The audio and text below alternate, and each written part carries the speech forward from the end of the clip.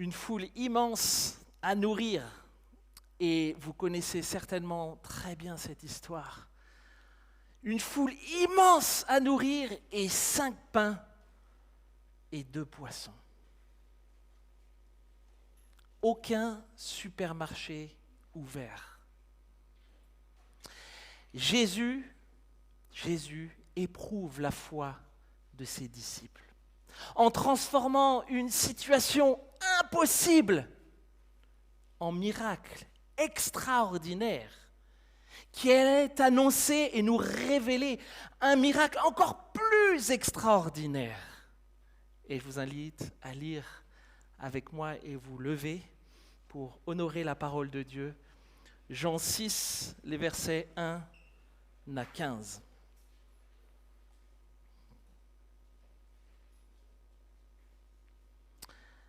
Après cela, Jésus s'en alla de l'autre côté du lac de Galilée, au lac de Tibériade. Une grande foule le suivait parce que les gens voyaient les signes miraculeux qu'il faisait sur les malades. Jésus monta sur la montagne et là, il s'assit avec ses disciples. Or, la Pâque, la fête juive, était proche. Jésus leva les yeux et vit une grande foule venir vers lui. Il dit à Philippe, « Où achèterons-nous des pains pour que ces gens aient à manger ?» Il disait cela pour le mettre à l'épreuve, car lui-même savait ce qu'il allait faire. Philippe lui répondit, « Les pains qu'on aurait pour 200 pièces d'argent ne suffiraient pas pour que chacun en reçoive un peu. » Un de ses disciples, André, le frère de Simon-Pierre, lui dit, « Il y a ici un jeune garçon qui a 5 pains d'orge et 2 poissons, mais qu'est-ce que cela pour tant de monde ?» Jésus dit, « Faites asseoir ces gens. » Il y avait beaucoup d'herbe à cet endroit. Ils s'assirent donc, au nombre d'environ 5000 hommes. Jésus prit les pains, remercia Dieu et les distribua aux disciples qui les donnèrent à ceux qui étaient là. Il leur distribua de même des poissons, autant qu'ils en voulurent. Lorsqu'ils furent rassasiés, il dit à ses disciples, « Ramassez les morceaux qui restent, afin que rien ne se perde. » Ils ramassèrent donc, et ils remplirent 12 paniers avec les morceaux qui restaient des 5 pains d'orge, après que tous eurent mangé. À la vue du signe miraculeux que Jésus avait fait, ces gens disaient, « Cet homme est vraiment le prophète qui doit venir dans le monde. » Cependant, Jésus, sachant qu'il allait venir l'enlever pour le faire roi, se retira de nouveau sur la montagne, tout seul. Vous pouvez vous asseoir.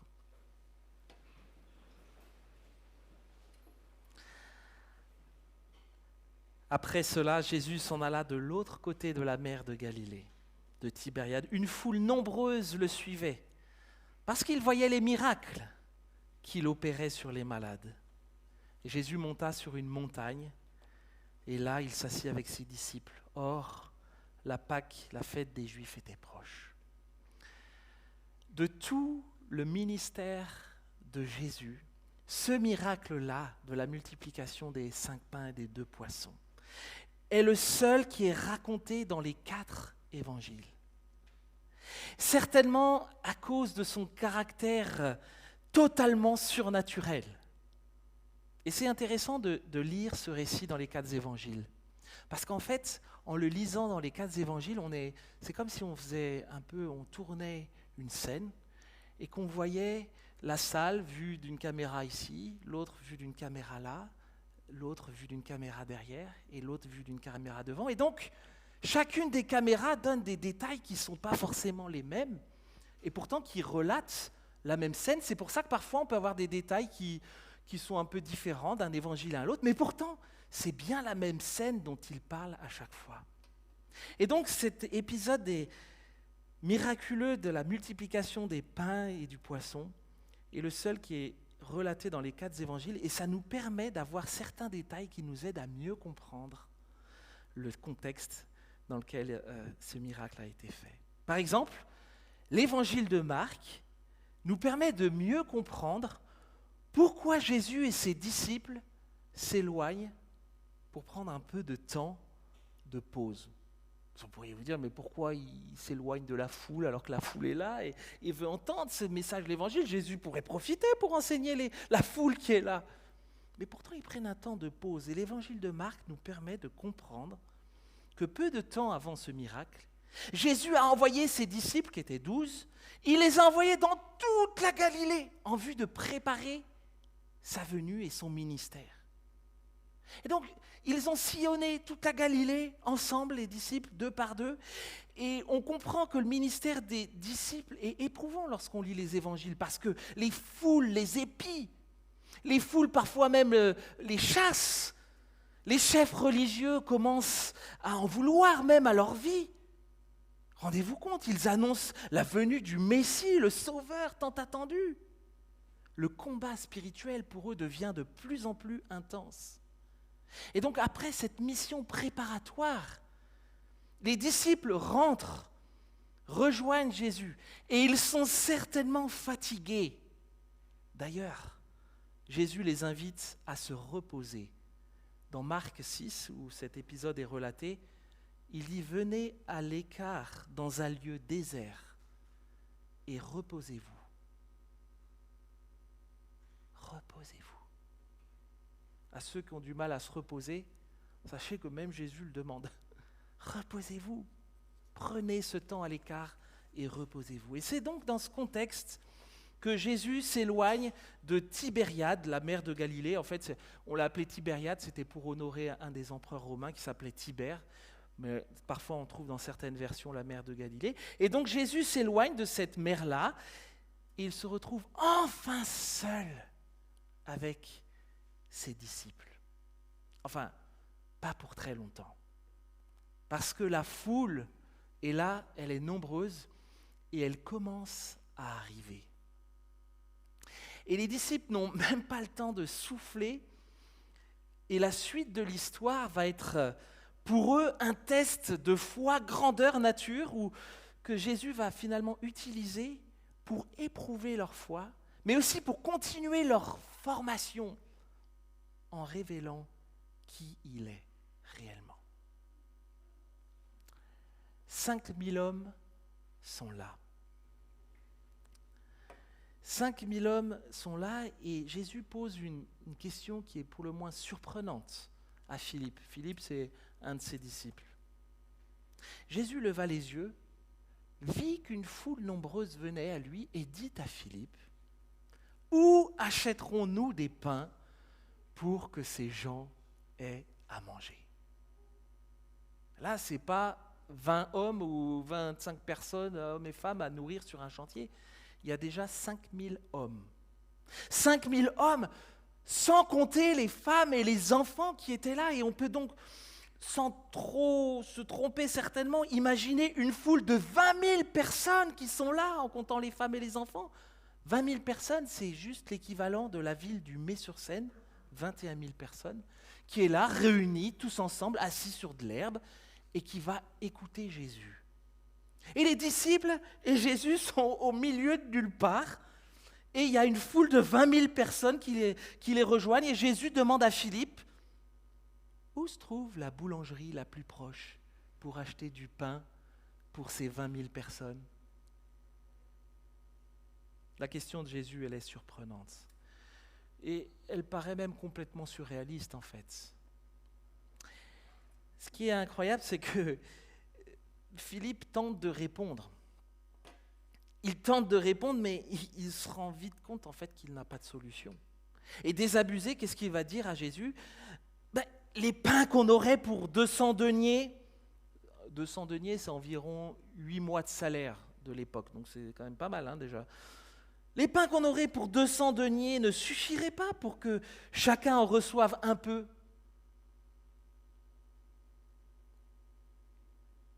En plus de nourrir, rien que le fait de nourrir 20 000 personnes sur l'aspect financier, c'est une chose, mais en réfléchissant, il y a aussi un aspect pratique.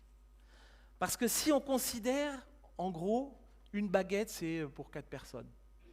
En gros, après il y a des plus gros mangeurs, ça, on va dire une baguette pour 4 personnes. 20 000. 20 000 divisé par 4, ça fait combien de baguettes? 5 000 baguettes. Alors, j'ai essayé de me dire, mais comment ça peut se faire 5 000 baguettes? Est-ce que vous avez essayé d'imaginer toutes les boulangeries, Marie Blachère et compagnie, qui pourtant font du débit, mais même les Marie Blachère de toute la région melanaise, toutes réunies, Melun, Savigny, je pense qu'ils n'arriveraient pas à vous fournir et à nous fournir 5 000 baguettes comme ça. Impossible. Et si vous ne me croyez pas, demandez demain à votre boulanger 5 000 baguettes. À mon avis, il risque de vous regarder avec des yeux bizarres. 5 000 baguettes à fournir. Philippe est complètement déstabilisé par la question de Jésus, et je peux vous dire que les autres disciples qui sont autour de lui le sont tout autant. Et là, je trouve ça beau parce qu'il y a la belle solidarité entre les disciples qui se vit, parce que Philippe, il est complètement désabusé par la question de Jésus, et là, il y a André, son ami, certainement, qui vient et qui dit « non, mais il y a ici un garçon quand même, parce qu'il a quand même 5 pains et 2 poissons, ça pourrait peut-être... Mais il est complètement perdu, il essaye de venir à l'aide de son ami Philippe, mais les propos d'André sont tout aussi surprenants que ceux de Philippe, et on devine finalement complètement le désarroi dans lequel ils se trouvent. Tous, en fait, face à cette situation qui, à vue humaine, nous paraît complètement impossible. Et ça me rappelle des situations impossibles d'hommes et de femmes dans la Bible, dont la foi en Dieu a été prouvée de différentes manières. Vous vous rappelez de David devant Goliath? Situation impossible. Un petit homme tout frêle, qui n'arrivait même pas à porter une armure, qui se retrouve devant un guerrier énorme, qui ne se démonte pas, qui va avec la foi en Dieu. Daniel, dans la fosse aux lions, on connaît bien cet épisode-là, qui a décidé de rester fidèle à Dieu, qui a refusé d'adorer d'autres dieux, et qui a continué, lui, malgré l'ordre du roi Darius, à continuer à prier son Dieu. Daniel ne s'est pas démonté, il a persévéré dans la foi. Et puis, Esther. Esther, on l'a lu avec les enfants la semaine dernière. Magnifique ce livre d'Esther. Esther qui devient reine à la place de Vasti, reine d'Exercès, et qui, sans même avoir l'autorisation, parce qu'à l'époque, le roi ne s'approchait pas de lui comme ça.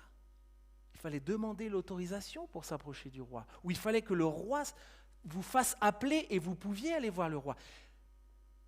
Mais Esther, après 3 jours de jeûne et de prière, va aller sans aucune autorisation voir le roi Xerxès pour lui demander la grâce pour son peuple, le peuple d'Israël.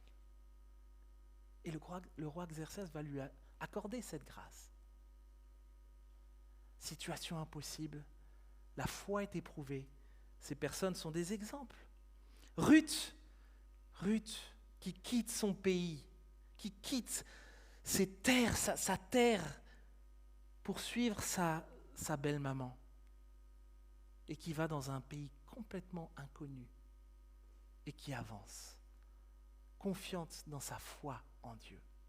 Paul, l'apôtre Paul, dans le couloir de la mort en prison, et toutes les angoisses que cela peut entraîner dans sa tête, et qui malgré tout persévère avec les frères et les sœurs en louant Dieu, en les encourageant même. C'est lui qui encourage les frères et les sœurs et qui passe du temps à prier pour eux alors qu'il est dans le couloir de la mort à Rome.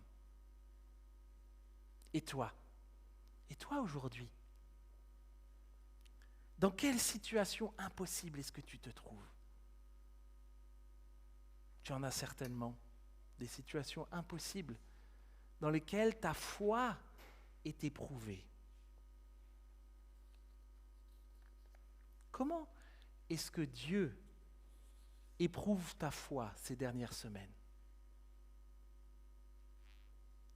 James et Yasmina sont bien éprouvés en ce moment dans leur foi.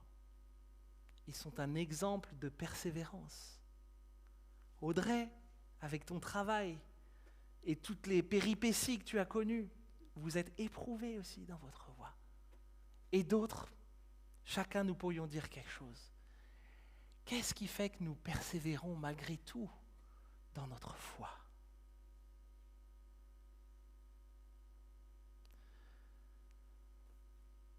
Les situations impossibles aujourd'hui peuvent revêtir différentes formes. Il suffit d'allumer la télé pour s'en rendre compte. Mais un climat sociétal de plus en plus clivant et qui menace également les églises, vous le savez. Comment ne pas corrompre notre foi et ne pas tomber dans l'excès d'un côté ou de l'autre entre les pros et les anti-vax? Et lorsque je vois certaines parutions sur les réseaux sociaux, y compris de chrétiens, ça m'affole sérieusement. Des mois Covid qui auront été éprouvants pour les familles, notamment les plus isolées, des circonstances de vie pesantes parfois au quotidien. La maladie qui peut nous affecter ou qui touche un membre de notre famille. Comment persévérer lorsque tous nos repères s'en vont finalement? Notre vie d'église et tous ces défis, Covid compris, auront été éprouvants aussi ces derniers mois. Comment décidons-nous de réagir? Que décidons-nous de faire? Mes bien-aimés, dans tout ce que nous pouvons traverser les uns et les autres, dans tout ce que nous pouvons vivre les uns et les autres dans nos vies, dans tout cela, il n'y a rien sur lequel Dieu ne peut pas dire « je n'étais pas au courant ». Il n'y a rien qui ne porte la mention « Dieu n'est pas au contrôle ». Rien. Toutes les circonstances de nos vies, Dieu les contrôle. Et il peut les utiliser pour éprouver nos cœurs et la réalité de notre foi. Mais aussi, il peut l'utiliser pour ancrer notre foi encore plus fermement en lui. Jésus connaît très bien le cœur de ses disciples. Et c'est volontairement, c'est ce que le texte nous dit, c'est volontairement qu'il les place devant une situation impossible. Et face à une situation impossible à vue humaine, Jésus va répondre en transformant ce qui nous paraît comme quelque chose d'extraordinaire, d'impossible, en quelque chose d'extraordinaire. Et le fait qu'il transforme quelque chose qui nous paraît impossible en quelque chose d'extraordinaire va avoir un double impact. Le premier, c'est qu'il va encourager la foi des disciples dans la mission que Jésus leur a confiée. Et le deuxième, c'est qu'il va révéler à toute la foule, ces 20 000 personnes qui sont là, il va révéler à ces personnes-là qui il est.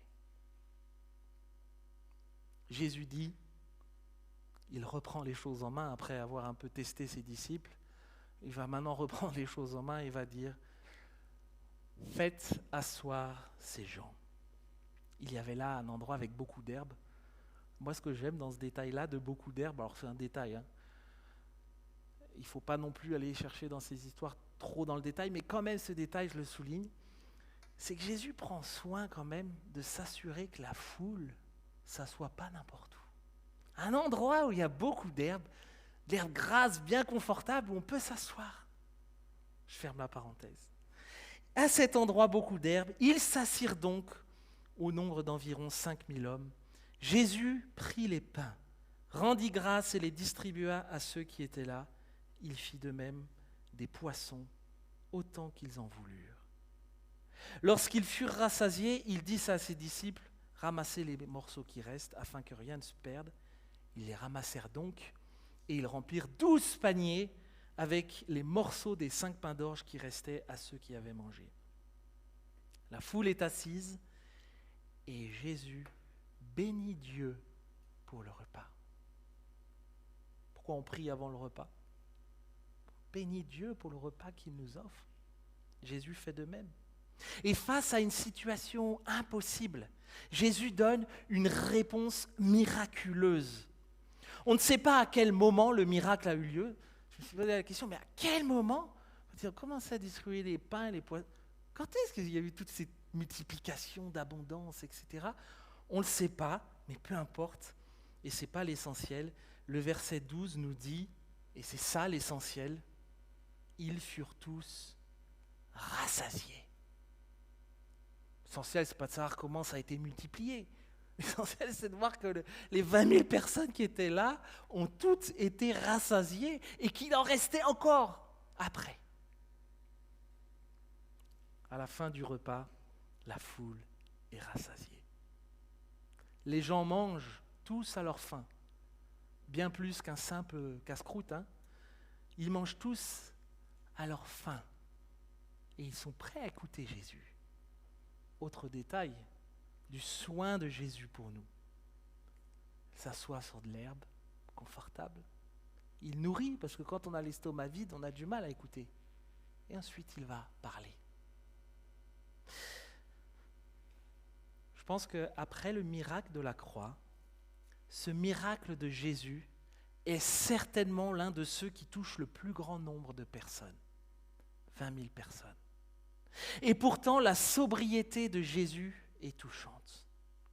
Parce que plutôt que d'attirer les projecteurs sur lui, Jésus oriente nos regards vers Dieu en rendant grâce à son Père pour cette nourriture. Jésus ne capte pas la gloire pour lui-même. Cette gloire, nous dit Philippiens 2, il l'a mise en veilleuse, il l'a cachée pour un temps, le temps de son œuvre sur terre. Tout au long de son ministère terrestre, Jésus s'est concentré sur sa mission, qui était de révéler la gloire de son Père. Beaucoup de personnes voient les miracles, et pourtant, beaucoup refusent de comprendre et même de croire qui est Jésus. Comment encore douter de Jésus après avoir vu ces miracles? Moi, je me suis posé cette question, mais comment douter alors qu'il voit des malades guéris de toutes sortes de maladies, qui voit de la nourriture, qui voit un mort qui ressuscite? Comment douter de Jésus? Comment décider de ne pas placer sa confiance en Jésus? Puis après, je me dis, mais finalement, je suis un peu comme les disciples. Parce que les disciples de Jésus, eux, ils ont été 3 ans avec le Maître quand même. Ils ont partagé 3 années avec lui. Ils ont été témoins de tous ces miracles. Ils ont été au profit des enseignements de Jésus lui-même. Jésus qui enseigne ses disciples, vous imaginez? Un enseignement en privé avec Jésus. Mais ça doit être énorme. Énorme. Et pourtant,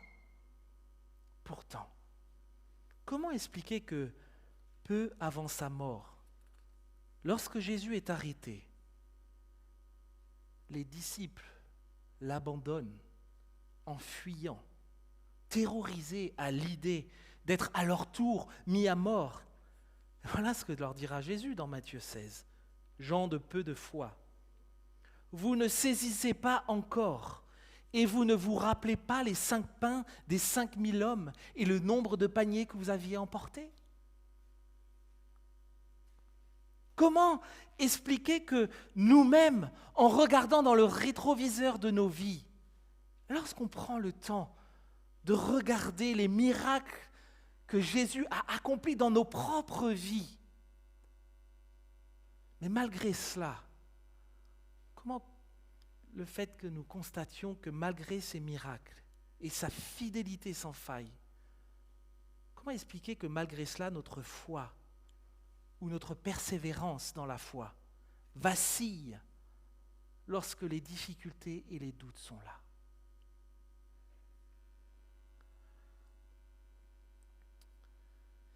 Finalement, on n'est pas tellement différents des disciples. On est tous un peu comme eux. Et peut-être que ce matin, tu fais face à une situation impossible qui éprouve ta foi. comment est-ce que tu réagis? Tu doutes et tu as peut-être envie de baisser les bras, d'abandonner, ou bien même de fuir à l'opposé comme Jonas. Fuir à la Jonas, on dit. Je vais à l'opposé et je fuis. Au moins comme ça, je suis tranquille. On voit ce qui est arrivé à Jonas par la suite. Ou alors peut-être que tu te débats en pensant que tu vas y arriver seul. Dans les deux cas, nous avons le même besoin de Dieu. Nous avons le même besoin de Dieu. Vous savez, on est parfois un peu comme ça. J'aime bien cette illustration d'Odersay. On vient à la croix, on vient emmener tous nos soucis parce que ça nous fait mal. Hein. On les amène et on les dépose. Seigneur, je te donne mon fardeau. On prie ça souvent. Mais cherchez l'erreur.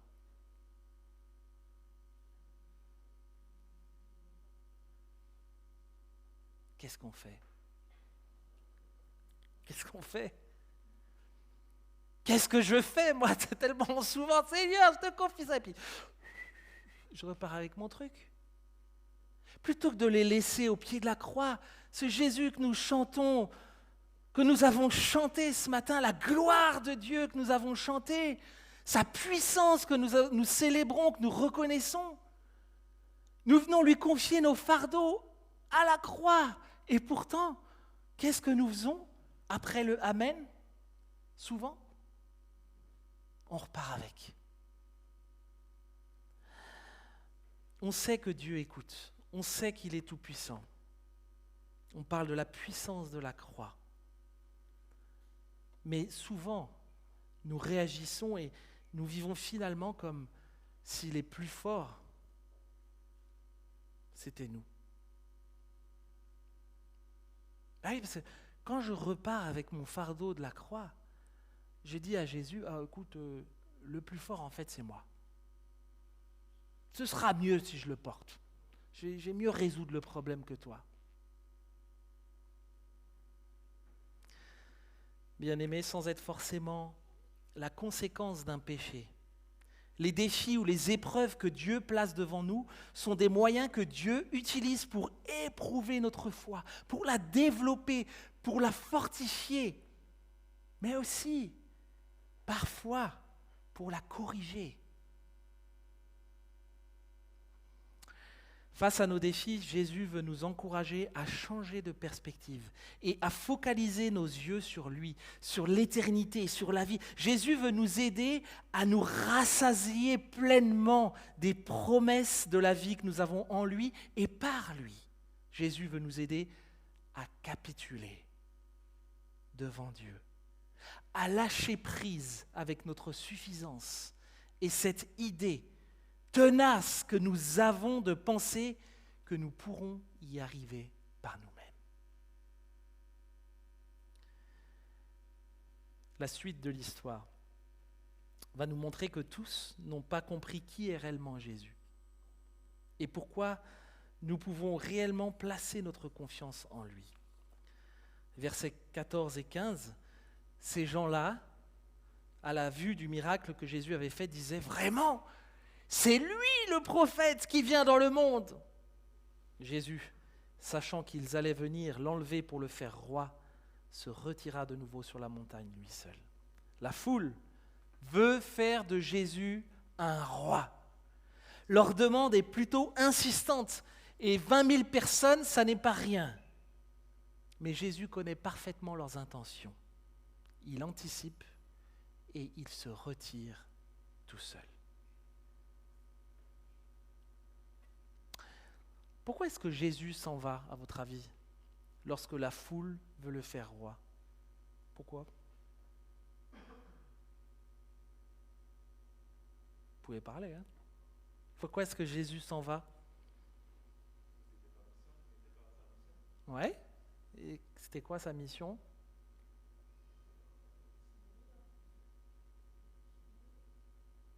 Ouais. Il n'était pas venu pour être roi. Ouais, quand on lit les chants du serviteur dans Ésaïe, lorsque on lit même comment il n'a pas hésité il n'a pas fait un combat de prendre la condition égale de celle de son père, mais il s'est dépouillé lui-même, devenant serviteur. Roi et serviteur, en général, il y a quand même une différence. Jésus n'est pas venu pour être roi. Et ce n'est pas la fuite ou la peur qui l'ont fait partir de cette foule-là. Bien sûr que non. Ce que Jésus veut dire, c'est qu'il est venu dans le monde une première fois, non pas pour régner sur le monde comme un général d'armée, mais en étant le pain de vie qui est venu rassasier nos âmes.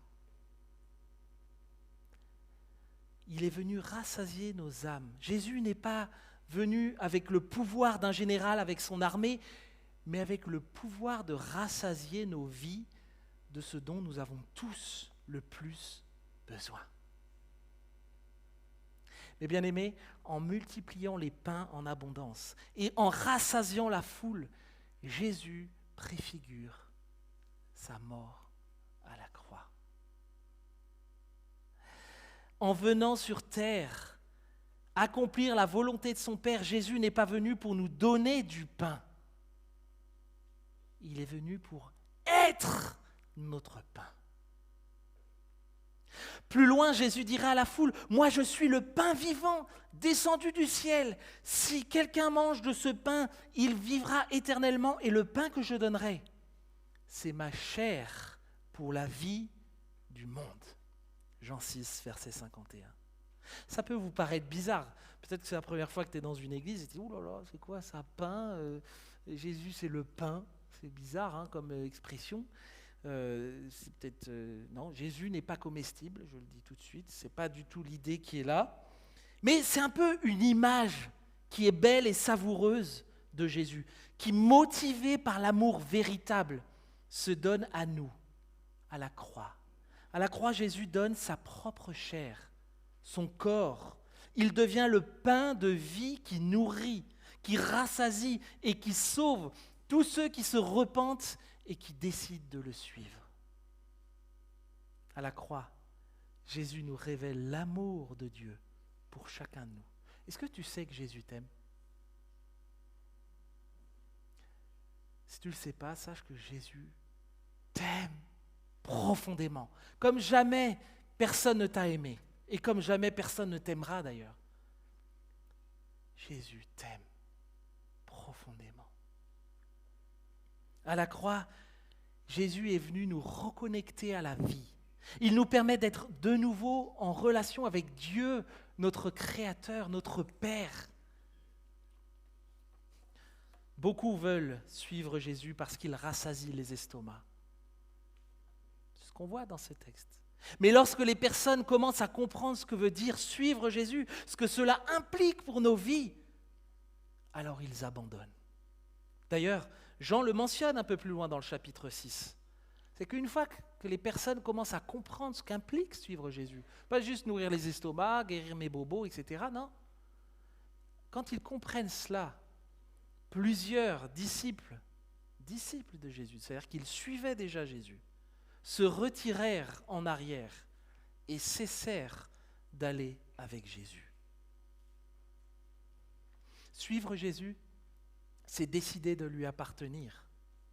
C'est jouir de ses promesses, mais c'est aussi persévérer avec lui. Malheureusement, force est de reconnaître que nous considérons souvent Jésus comme la réponse face à nos estomacs qui gargouillent, et ils commencent à gargouiller vu l'heure, plutôt que comme le Seigneur de nos vies.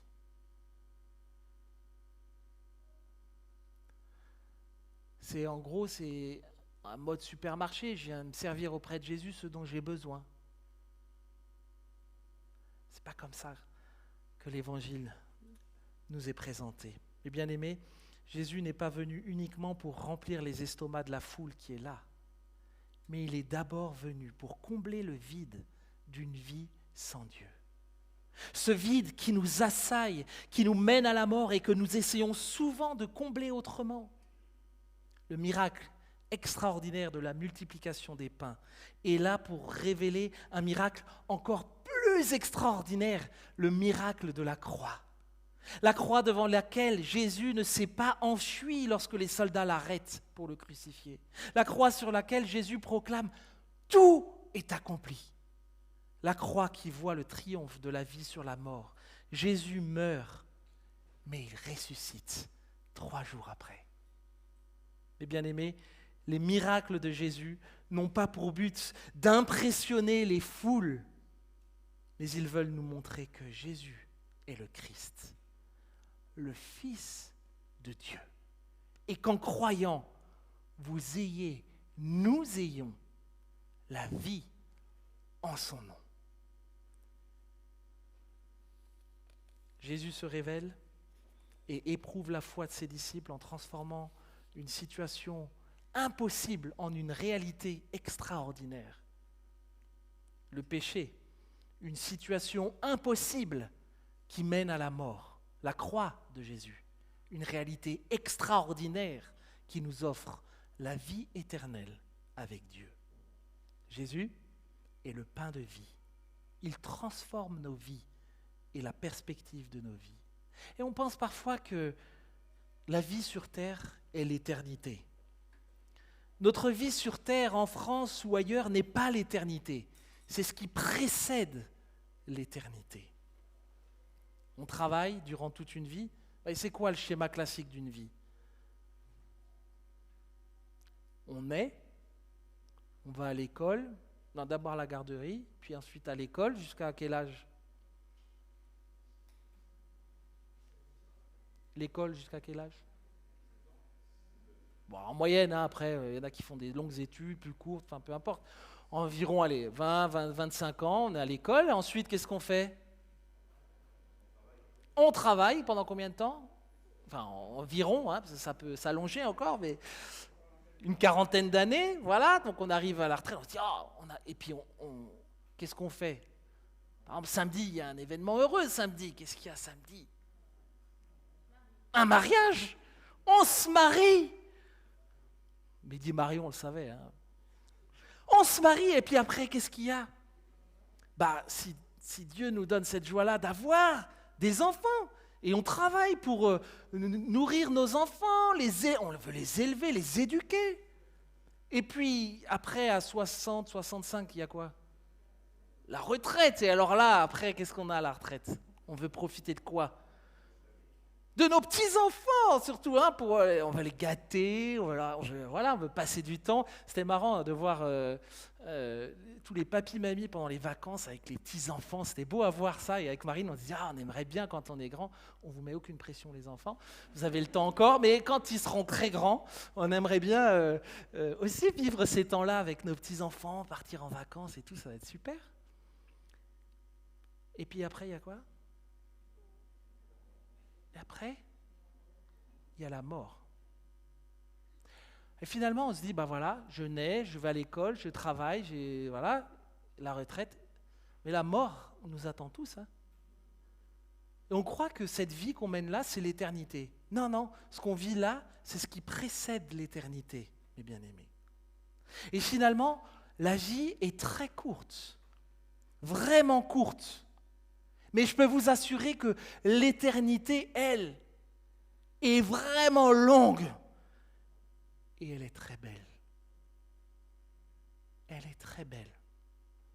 Comparée à ce que tu peux vivre peut-être de situations difficiles, impossibles dans ta vie aujourd'hui.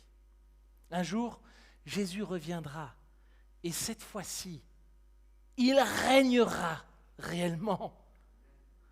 N'attends pas qu'il soit trop tard et viens, tant qu'il en est encore temps, te rassasier du pain de vie. Que décides-tu de faire de Jésus, le pain de vie qui peut réellement rassasier ton âme? Que décides-tu de faire de ce cadeau qu'il te fait encore ce matin? Qu'est-ce qui t'empêche de croire?